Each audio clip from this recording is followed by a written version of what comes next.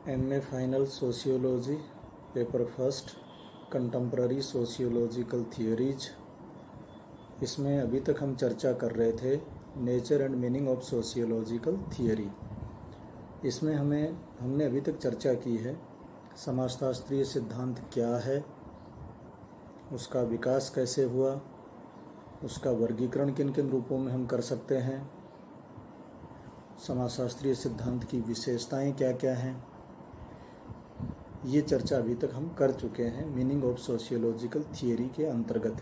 आज हम बात करेंगे नेचर ऑफ सोशियोलॉजिकल थियोरी, समाजशास्त्रीय सिद्धांत की प्रकृति। प्रारंभ में हमने ये चर्चा की है और आपने भी MA प्रीवियस में थियोरेटिकल सोशियोलॉजी पढ़ी है। थियोरेटिकल सोशियोलॉजी के अंदर आपने ये चर्चा सुनी है और पढ़ी भी है कि समाज शास्त्र एक नवीन विषय है जिसका प्रादुर्भाव 1838 में ऑगस्ट कॉन्त, जिनका पूरा नाम इसिदोरे ऑगस्ट मेरी फ्रैंकोइस जेवियर कॉन्त है, जो एक फ्रेंच फिलोसोफर थे, उन्होंने किया था। तो समाजशास्त्र की उत्पत्ति के पीछे उत्तरदायी हैं वो स्वयं समाजशास्त्र में दीक्षित ना होकर फिलोसोफर थे, दर्शन शास्त्री थे। ऐसे ही हम समाजशास्त्र के इतिहास में प्रारंभ में अपन ने ये चर्चा की थी, डेवलपमेंट ऑफ सोशियोलॉजी के अंतर्गत भी ये बात हुई होगी। सोशियोलॉजिकल थियोरी के डेवलपमेंट में भी हमने ये बात करी थी कि हम प्लेटो, अरस्तु, हॉब्स, लॉक, रूसो आदि लोगों से बात कर आगे बढ़ते हुए हम अगस्त कॉन्त तक आते हैं। तो इसका अभिप्राय ये हुआ कि समाज शास्त्र के उद्भव और उसकी विषय सामग्री को समृद्ध बनाने में इतिहास, दर्शन शास्त्र, राजनीति विज्ञान आदि अनेक विषयों का योगदान रहा है। तो समाजशास्त्र इन्हीं से प्रभावित रहा है। तो इसलिए समाजशास्त्र की जो प्रवृत्ति और प्रकृति है वो भी इन विषयों से प्रभावित रही है। तो हम ये कहें कि जो समाज के विकास की दिशा है वो इन्हीं विषयों की भांति समाजशास्त्रीय सिद्धांतों का जो विकास है वो भी सरल से जटिल की तरफ हुआ है। जिस तरह से समाज के विकास में हमने चार्ल्स डार्विन को पढ़ा है और उन्होंने ये कहा कि एक कोशिकीय जीवों से बहुकोशिकीय जीवों की उत्पत्ति हुई। जो जीव थे वो पहले सरल प्रकार के थे, यूनिसेलर थे, फिर वो मल्टीसेलर जीवों में, जटिल प्रकार के जीवों में बदले और उसी विकास की प्रक्रिया में मानव की उत्पत्ति हुई। इसी तरह से हम समाजशास्त्रीय सिद्धांत की भी चर्चा कर सकते हैं कि ये भी सबसे पहले सरल प्रकार के थे और सरल से जटिल की तरफ ये आगे बढ़े हैं।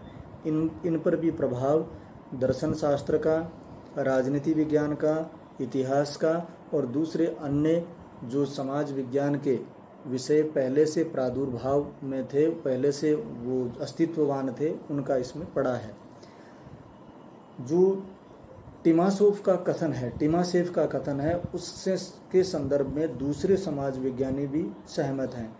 टिमासेव ने अपनी पुस्तक sociological theory it's nature and growth में ये कहा है कि आज तक जो जितने सिद्धांत हैं वे सिद्धांत, समाजशास्त्रीय सिद्धांत कुछ केंद्रीय समस्याओं के इर्द गिर्द या केंद्रीय विषयों के इर्द गिर्द ही घूमते रहे हैं।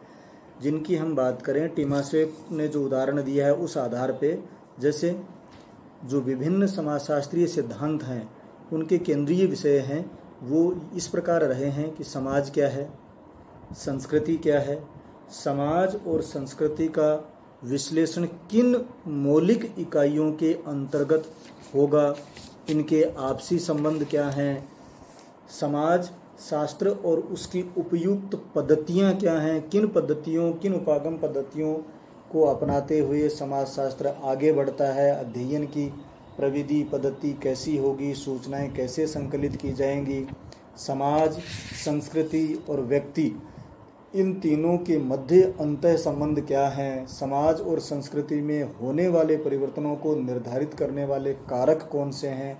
इस तरह के जो विषय हैं उन विषयों को सभी समाजशास्त्रीय सिद्धांतों ने और समाजशास्त्रियों ने अपने अध्ययन की लगभग केंद्रीय विषय वस्तु बनाया है।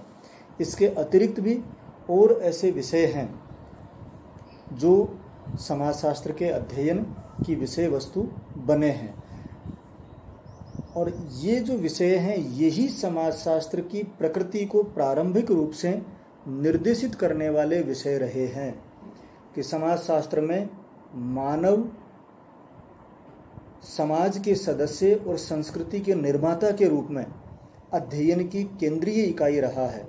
मानव के बारे में पहले भी हम ये चर्चा कर चुके हैं कि मानव घटनाओं से प्रभावित होता है और मानव अपने व्यवहार से घटनाओं को प्रभावित करता है।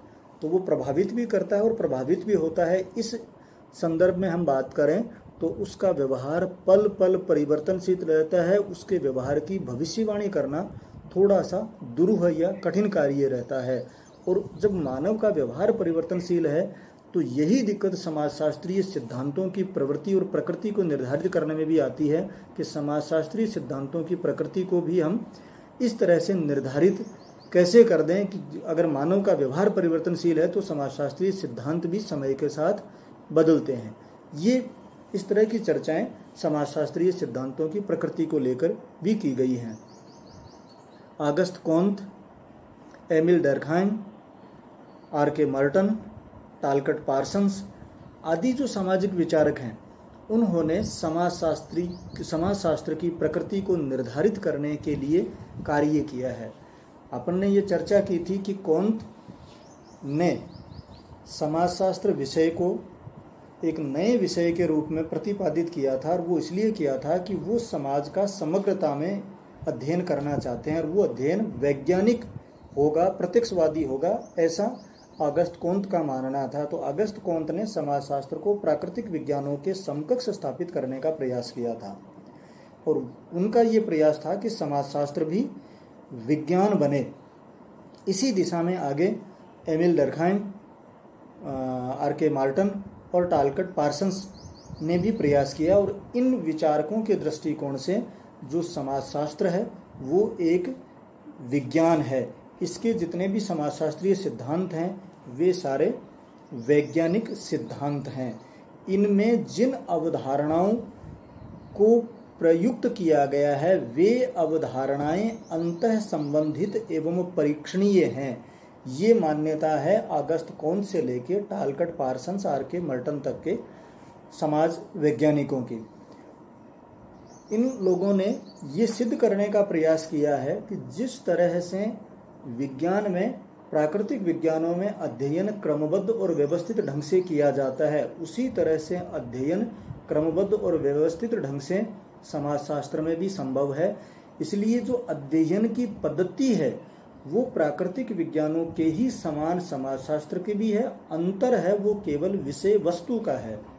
आपने एमए प्रीवियस का जो द्वितीय प्रश्न पत्र है, अनिवार्य प्रश्न पत्र है, logic and methods of sociological research, उसमें आपने ये पढ़ा है कि किसी भी विज्ञान के, किसी भी विषय के विज्ञान बनने के लिए आवश्यक जो वैज्ञानिक पद्धति होती है उसके कौन कौन से चरण होते हैं। समस्या के चयन से लेकर निष्कर्ष प्राप्त करने और उसके बाद में प्रतिवेदन की प्रस्तुति तक, उन चरणों को अपनाते हुए कोई भी विषय स्वयं को विज्ञान होने का क्लेम या दावा प्रस्तुत कर सकता है।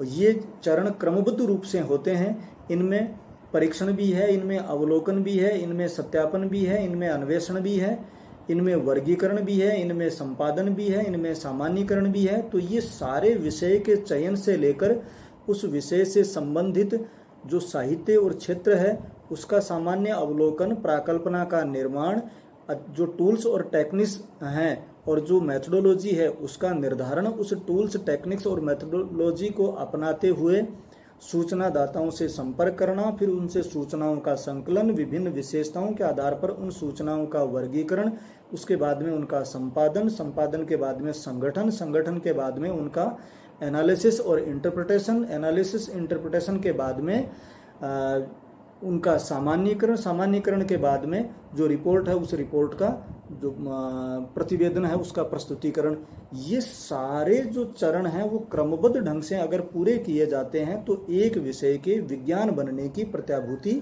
बढ़ जाती है या एक विषय के विज्ञान होने की प्रत्याभूति दी जा सकती है। तो अगस्त कौंत से लेकर टालकट पार्सन्स तक के समाज वैज्ञानिक यही प्रयास करते हैं कि समाज शास्त्र के अंदर जितने समाजशास्त्रीय सिद्धांतों की गवेषणा की गई है, स्थापना की गई है, वे सारे समाजशास्त्रीय सिद्धांत इस तरह से अंतः संबंधित अवधारणाओं और परीक्षणीय हैं कि उनको हम वैज्ञानिक सिद्धांत कह सकते हैं। तो ये बात विभिन्न समाजशास्त्रियों का कहना है। तो इस आधार पर हम ये कह सकते हैं कि समाज शास्त्रीय सिद्धांतों की प्रकृति वैज्ञानिक है। इस पर आक्षेप ये लगाया जाता है विभिन्न विद्वानों के द्वारा कि चूंकि समाज शास्त्र प्राकृतिक विज्ञानों की भांति विषय वस्तु का चयन करके अध्ययन नहीं करता, समाज शास्त्र की विषय वस्तु मानव है और मानवीय व्यवहार है, वो तुरंत और त्वरित रूप से घटनाओं से प्रभावित होकर बदल सकता है। इसलिए जिस तरह से हम बाह्य कारकों को स्थिर रखते हुए प्राकृतिक घटनाओं का अध्ययन करते थे और फिर ये भविष्यवाणी करते थे कि जब जब इस तरह की परिस्थितियां उत्पन्न होंगी इस तरह के परिणाम आएंगे, ऐसी भविष्यवाणी करना और इस रूप में अध्ययन करना समाजशास्त्र के अंदर संभव नहीं है। इसलिए वो समाजशास्त्र की वैज्ञानिक पद्धति पर आक्षेप लगाते हैं। कोहेन, पर्सी एस कोहेन ने अपनी पुस्तक मॉडर्न सोशियल थियरी में ये आक्षेप लगाए हैं। उन्होंने समाजशास्त्रीय सिद्धांतों को विज्ञान की कसौटी पर खरे नहीं उतरने के 3 बड़े कारण बताए हैं। पहला कारण तो उन्होंने बताया है कि अनेक समाजशास्त्रीय सिद्धांत ऐसे होते हैं जो शुद्ध रूप से सार्वभौम कथन उसके अंदर नहीं है और न ही ये इन कथनों के तथ्य सार्वभौमिक हैं। दूसरी उन्होंने बात ये बताई है कि समाजशास्त्रीय सिद्धांतों का परीक्षण और पुनर्परीक्षण संभव प्रायः नहीं होता। उसका कारण कि वे अस्पष्ट होते हैं और विश्वसनीय सामान्यतः नहीं होते। तीसरी जो उन्होंने आक्षेप लगाया है समाजशास्त्रीय सिद्धांतों के विज्ञान की कसौटी पर खरे नहीं उतरने को लेकर, वो उन्होंने ये बताया है कि समाजशास्त्रीय सिद्धांत हैं वो ऐसे भी होते हैं कुछ जो विश्लेषणात्मक सिद्धांतों से मिलते जुलते होते हैं, इसलिए उनका आनुभविक परीक्षण संभव नहीं होता। एम्पिरिकल जो एक्सपेरिमेंट है, उनकी स्टडी है, वो संभव नहीं होती। तो ये कोहेन ने आपत्ति जताई है समाजशास्त्रीय सिद्धांतों के वैज्ञानिक होने के पीछे। लेकिन हम ये अनुभव के आधार पर और समाजशास्त्रीय सिद्धांतों के अंदर अध्ययन हेतु अपनाई गई उपागम पद्धति या प्रविधि के आधार पर हम ये कह सकते हैं कि समाजशास्त्रीय सिद्धांतों की प्रवृत्ति वैज्ञानिक है। कारण कि जो वैज्ञानिक पद्धति के सोपान हैं, उन सोपानों को अपनाते हुए कोई भी विषय अपने आप को विज्ञान घोषित कर सकता है। उन्हीं सोपानों की अनुपालना, उन्हीं सोपानों को काम में लेते हुए समाजशास्त्रीय सिद्धांत भी निष्कर्ष तक पहुंचने का प्रयास करते हैं। तो जब हमने ये पढ़ा है कि वैज्ञानिक पद्धति है वो एक प्रक्रिया है और उस प्रक्रिया को अपनाते हुए अगर अध्ययन किया जाता है तो किसी भी अध्ययन को वैज्ञानिक या वैषयिक होने के लिए उसको प्रामाणिक माना जा सकता है। तो वो वैषयिकता समाजशास्त्रीय सिद्धांतों में संभव है, क्योंकि यहाँ पद्धति की समानता है, अंतर है वो केवल विषय वस्तु का है। जिस तरह से प्राकृतिक विज्ञानों में एक प्रयोगशाला में अध्ययन किया जाता है, यहाँ पर उस बंद कमरे की प्रयोगशाला का विस्तार होता है, या संपूर्ण समाज ही एक प्रयोगशाला के रूप में माना जाता है। और दूसरी बात, मानवीय व्यवहार को नियंत्रित करने की जहाँ तक बात है, तो कुछ ऐसे कारक होते हैं जो मानवीय व्यवहार को भी नियंत्रित और निर्देशित कर सकते हैं। तो हम मानवीय व्यवहार पर भी अध्ययन इस हिसाब से कर सकते हैं। और अगर निरपेक्ष रहकर, ये निर्भर करता है अनुसंधानकर्ता पर, अध्ययनकर्ता पर, समाजशास्त्रीय सिद्धांत के निर्माता या सिद्धांतवेता पर। यदि सिद्धांतवेता अध्ययन की पद्धति में, वैषयिक अध्ययन की पद्धति में, वैज्ञानिक अध्ययन की पद्धति में पारंगत है और उसके अपने कोई पक्षपात, अपनी कोई अभिनति, अपने कोई संवेग, उद्वेग, भावनाएं उस अध्ययन से जुड़ी हुई नहीं है, उनका वह परिहार करने में सफल हो जाता है, तो इस बात की प्रत्याभूति, इस बात की गारंटी दी जा सकती है कि उसके द्वारा निर्मित सिद्धांत वैज्ञानिक होगा, वैषयिक होगा, भविष्यवाणी करने में सक्षम होगा और जो उस सिद्धांत का हेतु बने थे उन वास्तविक तथ्यों को प्राप्त करने में सहायक होगा। इसलिए हम ये कह सकते हैं कि समाजशास्त्रीय सिद्धांत की प्रकृति वैज्ञानिक होती है। ये 100% सही है कि प्राकृतिक विज्ञानों की तुलना में समाजशास्त्रीय सिद्धांत थोड़े से भिन्न होते हैं और उसकी भिन्नता का कारण उसकी अपनी विषय वस्तु की भिन्नता है। धन्यवाद।